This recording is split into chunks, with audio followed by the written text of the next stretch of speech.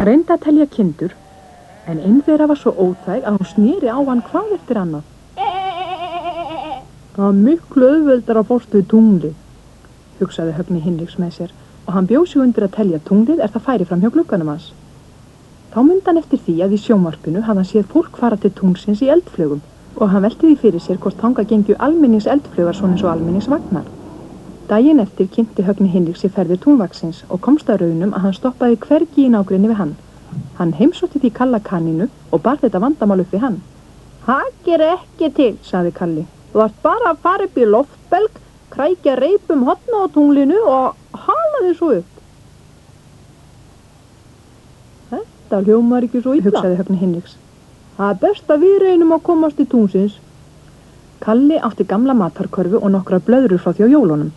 Og Högni Hinriks átti flugelda sem hann hafði aldrei tímt að nota, rautt ljós á körfuna, stóra regnfrakka ef veðri skyldi vera slæmt á tunglinu og 2 gamlar gasgrímur úr stríðinu en þær hafði hann fundið í kistli afa síns. Þær hentuðu alveg prýðilega fyrir geimfara. Í nesti höfðu þeir samlokur með sultu, mjólk með hindberjabragði og pillur með gulrótasafa til að vinna gegn þyngdarleysinu. Næsta kvöld voru þeir ferðbúnir. Strax og tungli kom upp tók Högni Hinriks að sér stjórnina og hrópaði. Allir borð leysi landfestar. Kalli skar frá sandpokana og karvan sveif hægt af stað í áttina til tungsins. Þér vist ljóst að við verðum nokkra klukkustundir á leiðinni til tungsins, sagði Högni Hinriks. Kannski er best við fáum okkur blund. Þeir fóru báðir í regnkápuna og lokuðu körfunni til að halda á sér hita. Þegar Kalli vaknaði, gægðist hann út rif á körfubotninum og sá tunglið.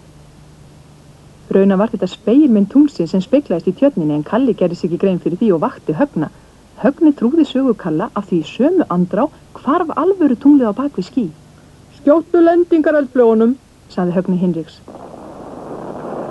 Nistarnir frá eldflöginni ollu því að alla blöðrurnar sprungu og karvan datt beint niður í tjörnina fyrir neðan þá. Þeir voru rennvotir og ataði leðju. Nú skulum við setja upp gasgrímunar, sagði Högni Hinriks. Kannski taka þér innfættu fjandsamla á mót okkur.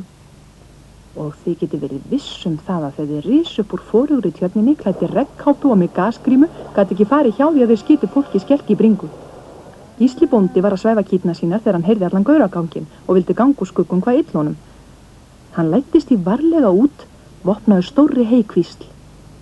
Hvað á þetta eiginlega að þýða? Spurði hann og ógnaði þessum kynja verum með heykvíslinni.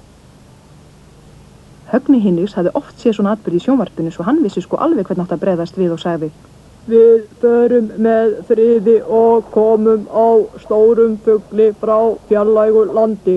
Vísaðu okkur til foringja þíns. En Gísla bónda var ekki skemmt og sagði: Ég kannast við röddina, þetta er Högni Hinriks að hræða kýrnar mínar rétt einu sinni, en ég skal sýna þig hvað Davíð keypti ölið, drengur minn. Og nú hófst ákafur eltingaleikur. Hér ekki allt sem sýnist, hugsaði Högni Hinriks með sér en hann tók eftir því að tunglið var enn á himninum og í fjarska sá hann litla vinalega húsið sitt. Hann þaut inn, setti slátur í dyrnar og gægðist út gluggann. Hann gat hvergi komið þau á Gísla bónda. Fjarlægðin gerir fjöllin blá. Ekki hvað síst bændur ef í hlut, hugsaði hann með sér. Svo hoppaði hann upp í rúmið, breiddi hann á sér sængina og fór að telja kindur eins hratt og hann gat.